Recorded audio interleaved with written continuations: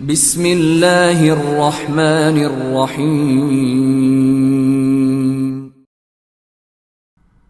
Episode 2۔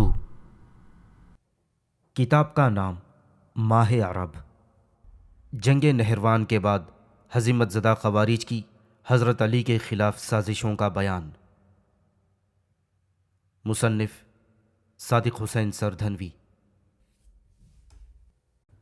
عجوزہ نے چراغ ہاتھ میں لیا اور سعید کی رہنمائی کرتی ہوئی اس کمرے کی طرف چلی گئی جہاں قطاب زیب فروز تھی۔ کمرے کا فرش نہایت نفیس و آراستہ تھا۔ قطاب مکلف مسند پر آرام سے بیٹھی ہوئی تھی اور خوبصورت بڑی بڑی آنکھوں سے دریائے اشک نکل نکل کر گلابی رخساروں پر بہہ رہے تھے۔ کچھ آغوش ناز میں اور کچھ صرف دامن و آستین ہو رہے تھے۔ گیس ہوئے مشکین چاند سے چہرے پر بکھرے ہوئے تھے۔ چراغ دیکھتے ہی جھجکی اور پریشان زلفوں کو سمیٹ کر پشت پر ڈالا، روئے روشن پر سیاہ نقاب ڈال لی، بڑھیا کمرے میں داخل ہوئی۔ لبابہ نے کہا، پیاری قطام، صبر سے کام لو، اس قدر بے قرار نہ ہو، اپنی جوانی پر رحم کرو۔ دیکھو یہ کون صاحب آئے ہیں، جس تمنا میں تمہارا یہ حال ہو گیا ہے یہ شخص کار سازی کرے گا۔ اٹھو، مہمان کی تواضع کرنی چاہیے۔ سلام کرو، مزاج پوچھو۔ یہ وہی بہادر اور شریف نوجوان سعید ہے جس کے متعلق میں تم سے کہہ چکی ہوں کہ اس کا دل تمہاری زلف گیرہ گیر کا اسیر ہے۔ وہ تم سے محبت کرتا ہے، اسے تم سے سچی الفت ہے۔ قطام نے قطع کلام کرتے ہوئے کہا، بڑی بھی، میں تم سے بارہا کہہ چکی ہوں کہ نامراد عشق و محبت کا تذکرہ میرے سامنے نہ کیا کرو، بلکہ قتل و انتقام کو یاد کیا کرو۔ مجھے کوئی پیارا نہیں، میں کسی سے محبت کرنے کے لائق نہیں، نہ میرا مضطرب دل میرے قابو میں ہے۔ ہاں اگر پیار ہے تو انتقام، کہ میرے باپ بھائی کا بدلہ علی سے لیا جائے۔ ایسا تو مجھے کوئی نہیں دکھائی دیتا، اگر کوئی ایسا دکھائی دے تو وہ بے شک میرا محبوب ہے، لیکن کہاں ہے وہ؟ سعید اتنا سہارا پا کر آگے بڑھا اور قطام کو دیکھ کر ایسا گرویدہ ہوا کہ کسی طرف اس کی نگاہیں نہ ہٹتی تھی۔ قطام اس کی منتظر تھی، قطام کی رضا اس کی رضا تھی۔ قطام کی درد انگیز و غمگین کلمات سعید کے لیے زہر ہلال بن گئے، مگر اس نے اپنی بگڑی ہوئی طبیعت سنبھالی اور نہایت متانت کے ساتھ کہا، سعید، کیا تم رضامند نہیں ہو کہ میں تمہارے باپ بھائی کا بدلہ علی سے لوں؟ سعید نے کہا، کیا تم رضامند نہیں ہو کہ میں تمہارے باپ بھائی کا بدلہ علی سے لوں؟ قطام نے کہا، نہیں، میں اس پر رضامند نہیں ہوں۔ تم اپنے آپ کو ایسے خطرے میں ڈالو اور میرے سبب سے علی سے انتقام لے لو۔ میں خود اس کام کے واسطے سب سے زیادہ موزوں ہوں۔ پھر قطام نے اپنا دست نازک بلند کیا اور انگشت شہادت سے اپنے سینہ صاف کی طرف اشارہ کیا، اور پھر سبکیاں بھرتے ہوئے زور دے کر کہنے لگی، میں خود اپنے بھائی اور باپ کے قاتلوں کو اپنے ہاتھ سے قتل کروں گی۔ میں علی کو قتل کروں گی۔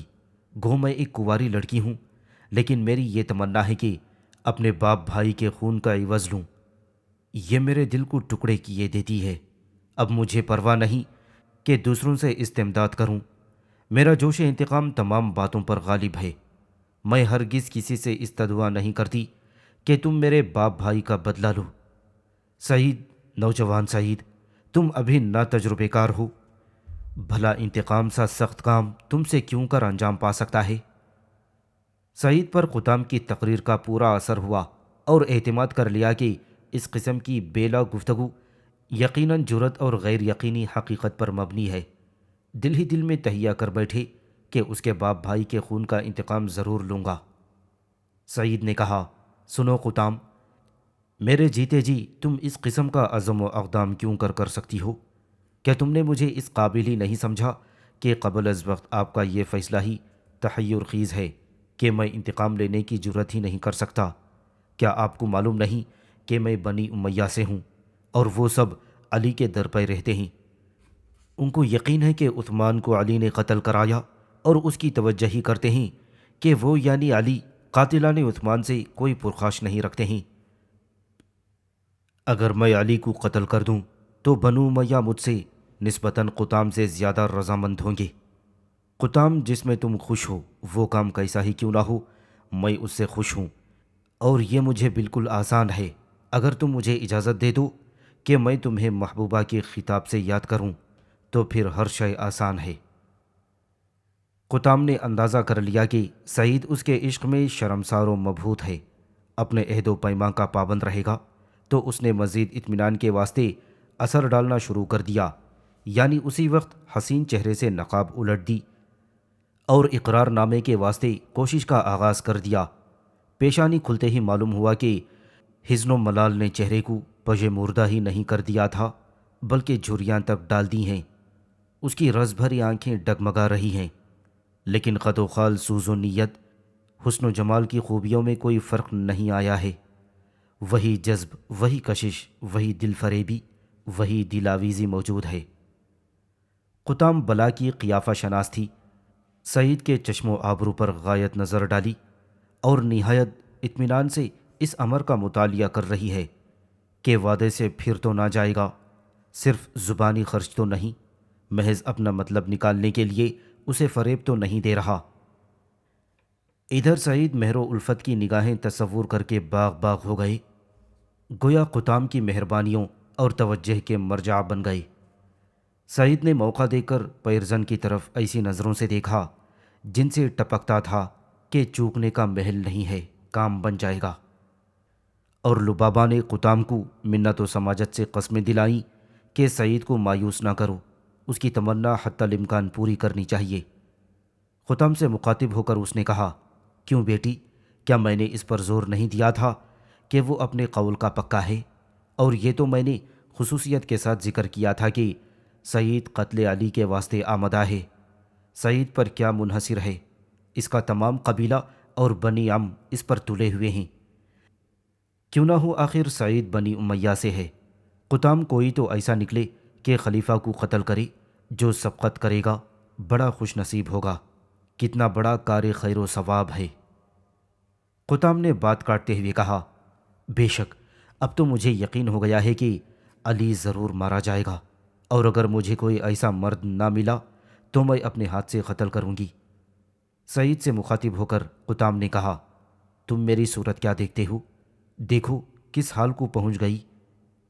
سموم غم سے میرے باغ عیش و کامرانی پر خزاں آ گئی ہے، برابر اسی اندوہ کی شکار بنی ہوں، اور یہ صدمہ مجھے مار ڈالتا ہے کہ کون سا وہ دن ہوگا کہ میرے باپ بھائی کا انتقام لیا جائے گا اور میرے کلیجے میں ٹھنڈک پڑے گی، اور مصمم قصد کر چکی ہوں کہ انتقام لیے بغیر نہیں رہوں گی۔ اور اس وقت سے مجھے اس قدر اطمینان ہو گیا ہے کہ یہ کام جس قدر مجھے دشوار معلوم ہوتا تھا وہ بالکل آسان اور میرے بس کا ہے۔ مجھے رنجیدہ ہونے کی اب ضرورت نہیں ہے کہ میں نے عہد کر لیا تو گویا میرے باپ بھائی زندہ ہو گئے۔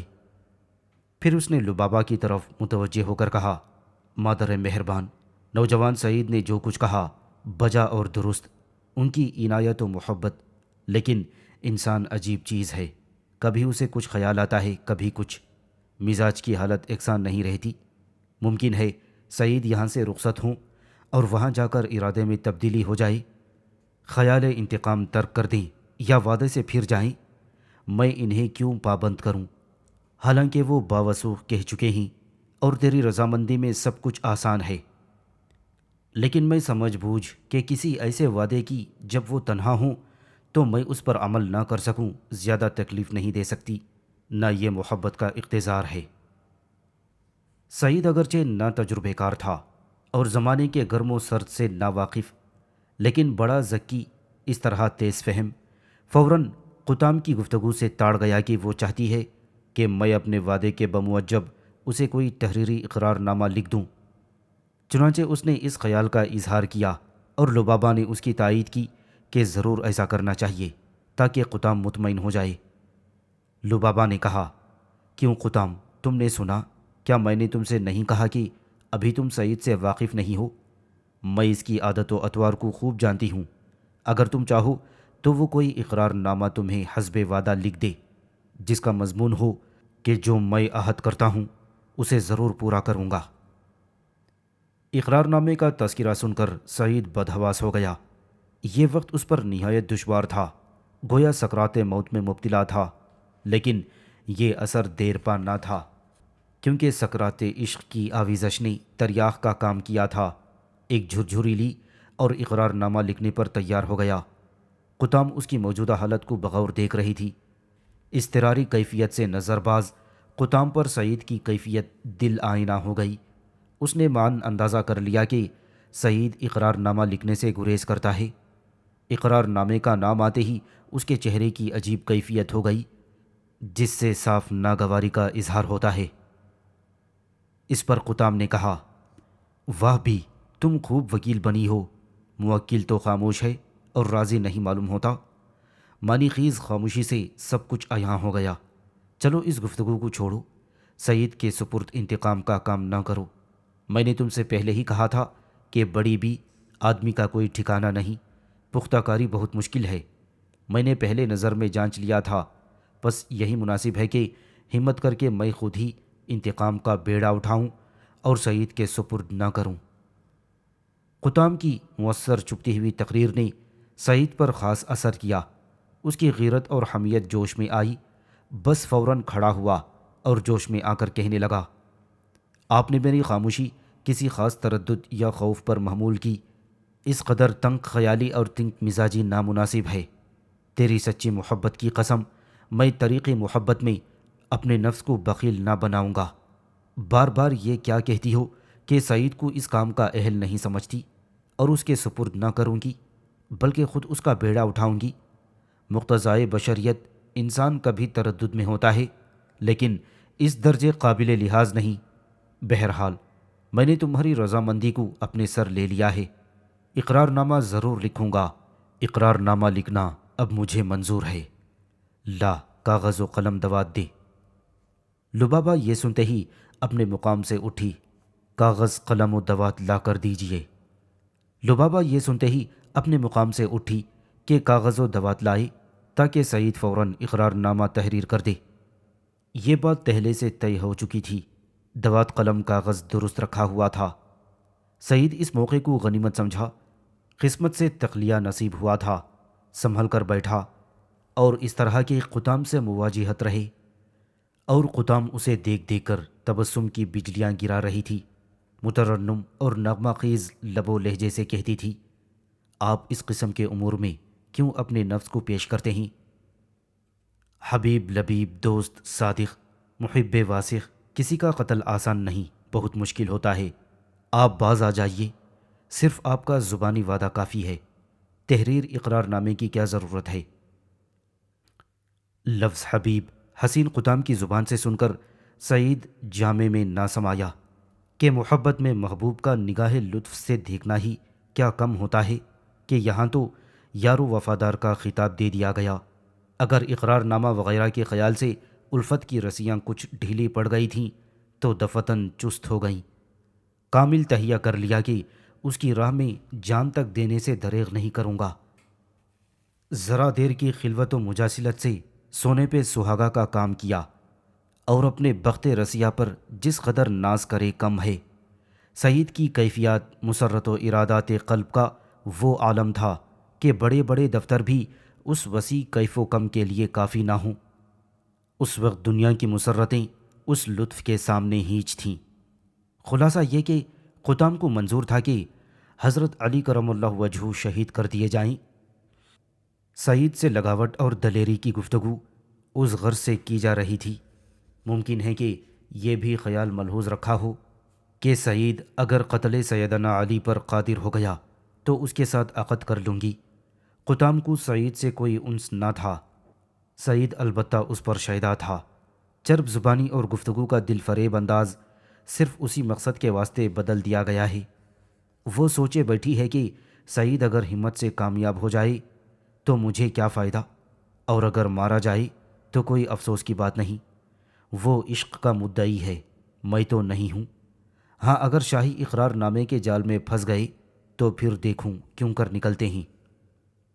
لبابہ نے عمدن دونوں کو تخلیے کا موقع دیا تھا کہ جس قدر مزاج میں درخور ہوگا بے تکلفی بڑھے گی، اسی قدر سعید کے ولولوں میں جوش و خروش پیدا ہوگا۔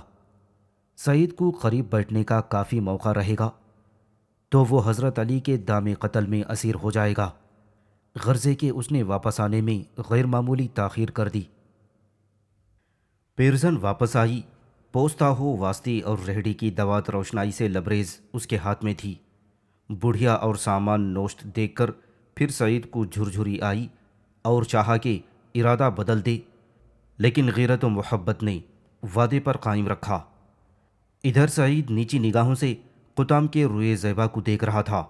اس کے چہرے کی مسرت ناز آفرین تبسم، چشم و ابرو کی دلاویزی سعید کے پرشوق دل کو ذبح کیے دیتی تھی۔ وہ دل ہی دل میں کہتا، سبحان اللہ، کیا محجبین معشوق ہے اور کیا خوب ملاقات ہے۔ اور وہ سوچتا ہے کہ اگر اتنی دل فریبیاں نہ ہوتیں تو کیوں میں اپنے آپ کو اتنے بڑے خطرے میں ڈالتا۔ دیکھیے اس کا انجام کیا ہونے والا ہے۔ قطام نے اپنی حسن تدبیر اور چالاکیوں سے اتنا موقع ہی سعید کو نہ دیا تھا کہ وہ اپنے نیک و بد پر غور کر سکے۔ وہ ادائے خاص سے لبابا کی طرف متوجہ ہوئی اور بن کر پوچھنے لگی، بڑی بھی یہ سامان تحریر کہاں سے لائی ہو؟ لبابا نے کہا، بیٹی تمہارے عاشق سعید کے واسطے لائی ہوں۔ بڑی بھی یہ سامان تحریر کیسا لائی ہو؟ بیٹی تمہارے عاشق سعید کے واسطے لائی ہوں۔ مادر مہربان، کیا تمہیں امید ہے کہ سعید اقرار نامہ لکھ دیں گے؟ مجھے تو یقین نہیں آتا۔ یہ کہہ کر برقع پاش تبسم کیا۔ سعید ان حرکات و گفتار کو بغور مطالعہ کر رہا تھا اور اپنے اقرار نامے پر پچھتاتا تھا کہ ہائے میں نے اس قدر جلد بازی سے کیوں کام لیا ہے۔ یہ اس کا پس و پیش بزدلی یا دہشت کے سبب نہ تھا، بلکہ اس خیال سے کہ حضرت علی کرم اللہ وجہہ کا قتل آخرت کی رسوائی کا سبب ہے۔ میں ان کا مرتبہ شناس ہوں، حالانکہ میری تمام قوم انہیں عداوت سے برا بھلا کہتی ہے اور قتل کے در پہ ہے۔ ایسا نہ ہو کہ میری عاقبت خراب ہو اور جہنم واصل ہو جاؤں۔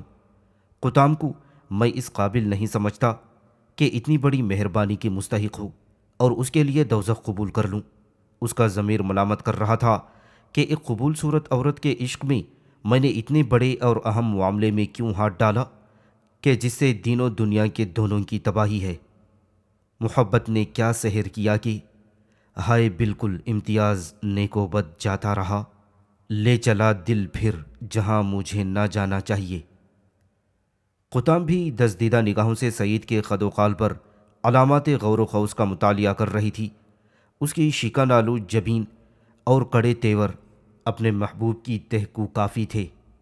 سعید کا بے گناہ دل معاصی سے بچنے کی تحریک کرتا تھا، لیکن قطام کے کافر ناز و انداز اور نا تجربے کاری فوری اس خیال کو دل سے نکال دیتی۔ سعید نے جرأت کر کے پیرزن لبابا کے ہاتھ سے قلم و دوات لے لی اور لکھنے کے قصد سے بیٹھا۔ اسے اپنے اس برے کام کا صدمہ ضرور تھا۔ فرط تعجب سے اس کا چہرہ سرخ ہو گیا، دونوں آنکھوں میں خون بھر آیا۔ پیرزن سعید کے قریب جا کھڑی ہوئی تھی، ہاتھ میں شمع لیے ہوئے تھی۔ سعید لکھنا چاہتا تھا لیکن دل کی طرح ہاتھ بھی مرتعش تھا۔ وہ طبیعت کو سنبھالنے کی کوشش کرتا تھا تاکہ قطام پر اس کے لرزہ بر اندام ہونے کا حال نہ کھلے، ورنہ بزدل سمجھے گی۔ آخر اس نے انہی راشہ دار ہاتھوں سے لکھا، اقرار نامہ انا سعید بن فلاں اموی۔ ترجمہ: میں سعید بن فلاں قوم بنی امیہ اقرار کرتا ہوں کہ میں نے قطام بن شحنہ سے عہد کیا ہے کہ میں علی ابن ابی طالب کو قتل کروں گا، اور یہ قتل قطام کا مہر ہے جو میرا اس کا عقد ہوگا، اور اگر میں ایسا نہ کروں تو میں اس سے نکاح کرنے کا مستحق نہیں ہوں۔ مجھ پر خدا کا عہد اور اس کا میثاق یعنی پختہ وعدہ۔ یہ نوشتہ سعید اموی کا ہے۔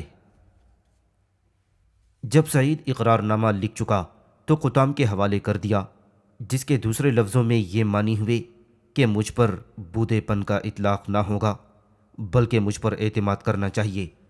حالانکہ عقل مندی یہ تھی کہ قطام کو اقرار نامہ نہ دیا جاتا، غور کیا جائے تو یہ امر عظیم کا اقرار ہے۔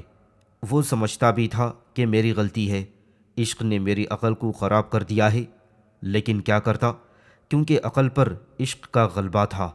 بغیر سوچے سمجھے اقرار نامہ قطام کو دے دیا۔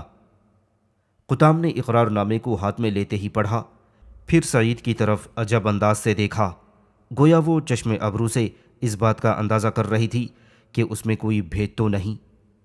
قطام نے کہا، بے شک تم نے اپنا قول پورا کیا، اقرار نامہ لکھ دیا، لیکن قطام پر اس کا کوئی الزام نہیں ہے، بلکہ جو کچھ زبان سے تم اقرار کر رہے تھے اسے تحریر کے ذریعے سے پختہ کر دیا۔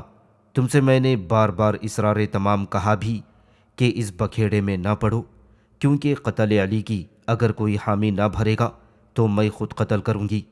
میں قدر کرتی ہوں اور کروں گی کہ یہ تمہارے ہاتھ کی تحریر ہے، بلکہ بڑی حفاظت سے اس روز کی یادگار میں اپنے پاس رکھوں گی، کیونکہ تمام عمر میں یہ ایک رات ہی اپنی نوعیت کی مجھے نصیب ہوئی ہے، اور توقع ہے کہ آپ جلد میرا مقصد پورا کریں گے۔ ایسی مترنم آواز اور دلکش لہجے سے قطام گفتگو کر رہی تھی کہ ہر فقرے سے سعید اش اش کر رہا تھا۔ اس کی مسرت کی کوئی انتہا نہ تھی۔ وہ قطام کی باتوں پر گردن ہلا ہلا کر تصدیق کرتا جاتا اور اپنا دل مضبوط کر رہا تھا، حالانکہ وہ جانتا تھا کہ جس بات کا بیڑا اٹھایا ہے وہ امر دشوار واہم ہے۔ تمام باتوں پر غور کرنے سے اسے ایک طرح کا یقین بھی ہو گیا تھا کہ قطام سے وصل نصیب نہیں ہوگا تا وقتے کہ میں حضرت علی کو قتل نہ کر دوں۔ کسی قدر سخت مرحلہ درپیش ہے۔ اس خیال کے آتے ہی اس کی روح لرز گئی اور چاہا کہ کہیں علیحدہ تخلیے میں بیٹھ کر اس مسئلے پر غور کرے۔ چنانچہ قطام سے اجازت خواہ ہوا۔ قطام نے کہا، خانہ بے تکلف ہے، تشریف رکھیے۔ اگر وعدہ وفائی کے واسطے کوئی تدبیر ہے تو تشریف لے جائیے، تاکہ ہمیشہ کے لیے ایک ساتھ رہنے کی صورت پیدا ہو جائے۔ وہ ہر فقرے پر گردن کے دوڑے کے ساتھ مسکراتی جاتی تھی۔ سعید کو قطام یہ کہتے ہوئے اس طرح دیکھتی تھی جس طرح ایک دوست اپنے چاہنے والوں کو اس وقت دیکھتا ہے جبکہ کسی ایسی بات کا حکم دیا ہو یا فرمائش کی ہو جس کی تعمیل و تکمیل قریب بامحال ہو۔ سعید بادل ناخواستہ رخصت ہوا تھا۔ لبابہ ہمراہ تھی۔ باہر نکل کر دونوں نے دیکھا کہ غلام ریحان اس باغ کے گرد ٹہل رہا ہے تاکہ کوئی دوسرا عاشق یا رقیب نہ آ سکے۔ راستے میں سعید سے لبابہ نے ہنس کر کہا، لیجیے مبارک ہو، اس محبوب خوبرو سے آپ بہت مسرور ہوئے۔ آج کی رات آپ کی قابل قدر رات تھی، کس قدر لطف سے گزاری۔ ایسی حسین و جمیل معشوقہ سے ہم کلام ہوئے جس کی حسرت تمام اہل کوفہ کیا تمام اہل عراق کو ہے۔ حالانکہ وہ مغموم و کوبیدہ خاطر تھی، مگر آپ کو دیکھ کر اس قدر مسرور ہوئی کہ لبوں پر برابر تبسم رہا۔ خدا کرے آپ کو وہ نصیب ہو۔ اقرار نامہ بھی کس قدر عجیب ہے، خدا کرے جلد پورا ہو۔ میں اسے تسلیم کرتی ہوں کہ بظاہر ایک مصیبت میں پھنس گئے ہیں، لیکن فرزند من، تم سے تمہاری محبوبہ قطام تو رضامند ہو گئی۔ سعید خاموشی سے اس فرتوت کی چکنی چپڑی باتیں سنتا رہا۔ اس کے کانوں میں ابھی تک قطام کی خوش الہانی گونج رہی تھی اور لطف و مجاسلت کے مزے دل ہی دل میں لے رہا تھا۔ آخر ایک مقام پر پہنچ کر ضعیفہ سے جدا ہوا اور دوسرے راستے پر چل پڑا۔ خوشی کے مارے عبا کے دامنوں میں الجھ رہا تھا۔ دل تو قطام کی نظر ہی کر چکا تھا اور عقل عشق سے پہلے ہی رخصت ہو چکی تھی۔ ایک پھر اس کا عہد عظیم و اقرار نامے کا تصور بندھا۔ بار بار اس کے ذہن میں آتا تھا کہ اقرار نامہ کسی طرح واپس لے لے، اور جب اپنی محبوبہ کی خوشنودی اور رضامندی کا خیال آتا تو قلب میں ایک گناہ کمی ہوتی تھی اور اپنے فعل کو مستحسن خیال کرتا تھا۔ اس کے دل میں یہ بار بار آئی کہ جب میں علی کو قتل کروں گا تو اس کے یہ معنی ہوئے کہ میں نے تمام بنو امیہ کا بدلہ لے لیا، کیونکہ بہت سے بنی امیہ علی کے ہاتھ سے مارے گئے ہیں، اور میں ان پر فخر کروں گا کہ دیکھو تم میں سے کوئی علی کے قتل کی قدرت نہ رکھتا تھا۔ قطام کا وصل تو ایک ہیلا ہے۔ سب سے بڑی بات یہ ہے کہ میں معاویہ کی نگاہوں میں بڑا بہادر شخص معلوم ہوں گا۔ وہ راستہ طے کر رہا تھا اور اسی قسم کے منصوبے گانٹتا جا رہا تھا، حتیٰ کہ وہ کوفے میں پہنچا اور کوفے کی جامع مسجد کے ایک وسیع میدان میں داخل ہوا۔ چاندنی رات تھی۔ اس نے دیکھا کہ حضرت علی رضی اللہ تعالیٰ عنہ کے دولت قدے پر کثرت سے خیمے ایستادہ ہیں اور بڑے بڑے ذی رتبہ بنی ہاشم اور دیگر سرداران علی وہاں تشریف فرما ہیں۔ ان میں سرداروں کی ایک ایسی جماعت ہے جو موت سے نہیں ڈرتی۔ اس کے پاؤں کے نیچے سے زمین نکل گئی اور قوت بالکل ضائع سی ہو گئی۔ معاملہ نہایت دشوار معلوم ہوا۔ وہ اب پیدل چلا اور خاص حضرت علی رضی اللہ تعالیٰ عنہ کے مکان کو دیکھنا اسے منظور تھا۔ برابر اس فکر میں سرگردان تھا کہ کوئی ایسا حیلہ نکل آئے جس سے وہ بدکار میرے قبضے میں آ جائے، یعنی قطام۔ بدنصیب سعید کا مکان کوفے کے کسی بازار میں تھا۔ وہ اپنے مکان پر پہنچا۔ اسے گمان تھا کہ قتل علی میرے بس کی بات نہیں ہے۔ اس نے دیکھا کہ میدان میں ایک اونٹ بیٹھا ہوا ہے۔ وہ سمجھا کہ یہ اسی کا اونٹ ہے، چنانچہ خیال کیا کہ نکلنے سے پہلے اس کی جگہ پر اسے پہنچا دوں گا۔ مگر جب اپنے مکان کے صحن میں پہنچا تو دیکھا کہ کوئی اور اونٹ بھی موجود ہے اور چند اشخاص بھی ہیں۔ وہ لوگ سفر کیے ہوئے معلوم ہوتے ہیں۔ ان میں سے ایک شخص اس کی طرف بڑھا۔ اس نے ابھی سلام بھی نہ کیا تھا کہ سعید نے فوراً پہچان لیا کہ یہ شخص میرے دادا کا رشتہ دار ہے۔ جن خیالات میں غلطاؤں پیشان تھا، تھوڑی دیر کے لیے ان سے آزاد ہو گیا اور اس شخص سے پوچھا، آپ کب تشریف لائی؟ مسافر نے کہا، ہم آپ کے دادا ابو رحاب کے پاس آئے ہیں۔ کیوں، خیریت تو ہے؟ ہم ایک اہم ضرورت سے آئے ہیں۔ وہ کیا؟ آپ کو معلوم ہے کہ آپ کے جد معظم ابو رحاب ضعیف العمر بزرگ ہیں اور روز بروز کمزور ہوتے جا رہے ہیں۔ انہوں نے فرمایا ہے کہ میرے پوتے سعید کو بہت جلد میرے پاس لے کر آؤ۔ سعید نے اضطراب کے ساتھ بآواز بلند کہا، شاید میرے دادا بہت بیمار ہیں۔ مسافر نے کہا، بیمار کیا ہیں؟ پیرانہ سالی کا عالم ہے، جو دم ہے غنیمت ہے۔ تمہارے دیکھنے کے لیے ترستے ہیں اور بہت بے قرار ہیں۔ ہم کو حکم دیا ہے کہ فوراً تمہیں ان کی خدمت میں لے کر چلیں۔ اور وہ کہاں تشریف رکھتے ہیں؟ کیا تمہیں معلوم نہیں کہ وہ مکہ معظمہ میں ہیں؟ تو کیا اب مجھے مکہ مکرمہ جانا پڑے گا؟ ہم سے تو یہی کہا ہے جو تم سے بیان کر دیا۔ آئندہ تم جانو، تمہارا کام جانے، جیسا مناسب سمجھو ویسا کرو۔ سعید یہ سن کر خاموش ہوا اور سوچتا ہوا آگے بڑھا۔ بار بار اپنی پریشان خاطر کی وجہ سے لا حول ولا قوہ پڑھتا تھا۔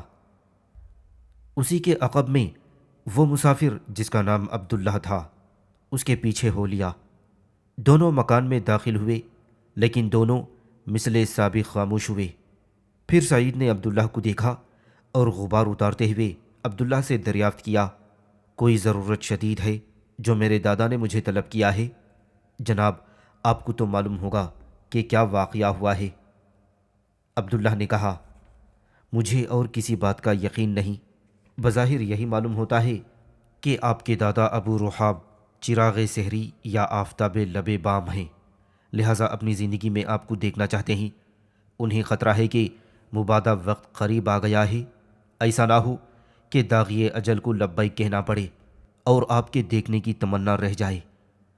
آپ خوب جانتے ہیں کہ آپ سے انہیں کس قدر انس ہے، نیز سوائے آپ کے اور کوئی ان کا رشتہ دار بھی نہیں ہے۔ سعید نے دل میں کہا، اب مجھے کیا عذر ہو سکتا ہے؟ رات کہاں اور کس طرح گزری؟ لو صبح کو سفر درپیش ہے۔ ہم اور قطام شب کو کیا مشورہ کر رہے تھے، یہاں کیا سامان ہو گیا؟ صبح کا وقت تو تھا ہی، دن نکلا اور سعید اور عبداللہ اپنے اپنے اونٹ پر سوار ہوئے روانہ ہو گئی۔ سعید نے خیال کیا کہ سفر سے پہلے قطام کے پاس جا کر رخصت لے لینا چاہیے، چنانچہ ہمراہیوں سے اجازت مانگی جائے کہ میں ابھی تھوڑی دیر میں آپ کے پاس حاضر ہوتا ہوں، ایک نہایت ضروری کام اتفاق سے نکل آیا۔ سعید نے سیدھا راستہ خانہ محبوب اختیار کیا۔ ہر قدم پر گزشتہ رات کا دل فریب خواب پیش نظر ہوتا جاتا۔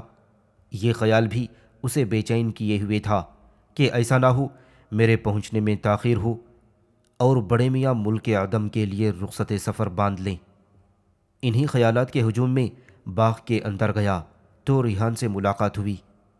کیوں بھائی، قطام کہاں ہیں؟ وہ کسی ضرورت سے کہیں گئی ہیں، آتی ہوں گی۔ کہاں؟ یہ میں نہیں جانتا کہ کہاں، صرف اس قدر معلوم ہے کہ کسی ضرورت سے گئی ہیں۔ سعید کا ماتھا ٹھنکا کہ سویرے ہی سویرے کہیں چل بھی دیں، ایسی عورتیں تو باہر نہیں نکلتیں۔ ایک قسم کی غیرت سی آئی اور پھر کہنے لگا، کیا تنہا گئی ہیں؟ نہیں جناب، آپ کی تو عقل جاتی رہی ہے، اجی وہ پیرزن لبابا کے ہمراہ، تو شاید بہت دیر میں آئیں گی۔ ہاں ہاں، کہہ تو دیا، ہمیں معلوم نہیں کہ شام کو آئیں گی یا صبح کو۔ میرا خیال ہے کہ فصیل کوفہ کے باہر ان کے رشتہ دار رہتے ہیں، ان سے ملنے گئی ہیں۔ اتنی باتیں سعید نے اونٹ پر بیٹھے ہی بیٹھے کیں۔ وہ عجب شش و پنج میں تھا کہ قطام کا انتظار کرے یا واپس ہو۔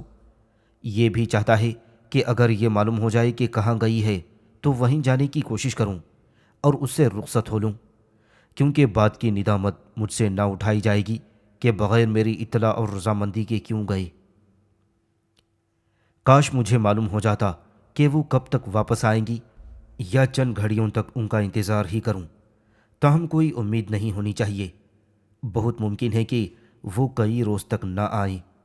اس کے بعد مکہ شریف میں اپنے دادا ابو رحاب کے پاس جانے کی ٹھان لی اور ریحان سے مخاطب ہو کر کہا، قطام سے میرا سلام کہہ دینا اور کہنا کہ میں مکہ جا رہا ہوں، خدا نے چاہا تو جلد از جلد آنے کی کوشش کروں گا۔ ان سے کہہ دینا کہ مجھے جانے کی سخت اور جلد ضرورت ہے، مجھے اس وقت عجلت بہت ہے۔ ان سے رخصت ہونے آیا تھا، لیکن افسوس کہ ملاقات نہ ہوئی، انشاءاللہ بہت جلد واپسی ہوگی۔ غلام نے جواب دیا، بہت بہتر۔ سعید وہاں سے پلٹا اور تھوڑی دیر کے بعد اپنے ہمراہیوں سے آ کر مل گیا۔ مکہ شریف جا رہا تھا، لیکن دل کوفہ میں تھا اور آنکھیں قطام کو ڈھونڈ رہی تھیں۔ مکہ معظمہ کی طرف روانہ ہونے کو تو ہوا، مگر قطام سے ملاقات نہ ہونے کا سخت صدمہ تھا اور شکایت سے بچنا چاہتا تھا۔ دل کو یہ کہہ کر تسکین دے رہا تھا کہ کیا کیا جائے، دادا صاحب بہت ضعیف العمر ہیں، اس واسطے وہاں جانا ضروری ہے، کیونکہ کون جانتا ہے ابھی کیا ہے اور ابھی تھوڑی دیر میں کیا ہونے والا ہے۔